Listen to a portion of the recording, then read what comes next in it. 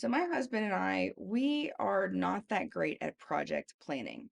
We love the idea. We have ideas for projects and things we want to get done, and we love the idea of planning, making a list, prioritizing, but we're not really that great with implementing both.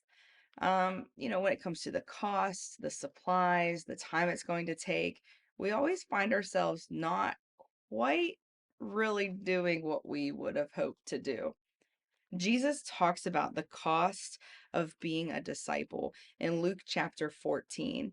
And I really understand some of this because I've ran into it in my own life, and maybe you have too. Jesus is speaking here about how he's speaking to the crowds about how we need to be ready to leave it all behind to follow him. He says that, we don't have to count the costs if we're not willing to make the sacrifice.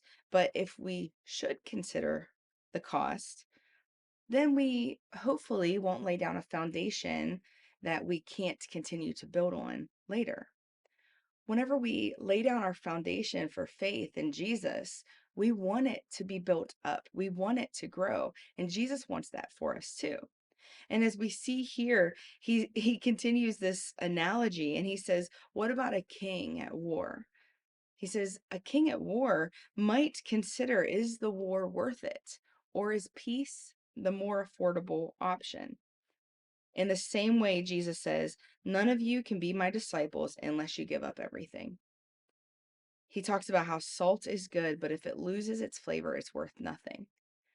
These things that we come in contact with in life, the things that take our time and our priorities, the things of faith and the things of life, they do have a cost associated with them.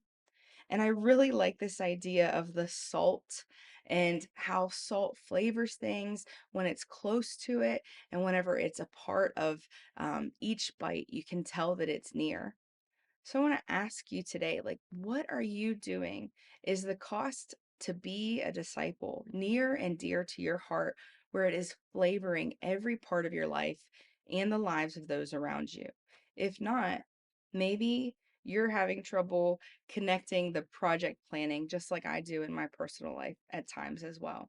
How can we be better project planners and bring salty flavor of Jesus and his love and his hope to those around us as we count the costs of being a disciple?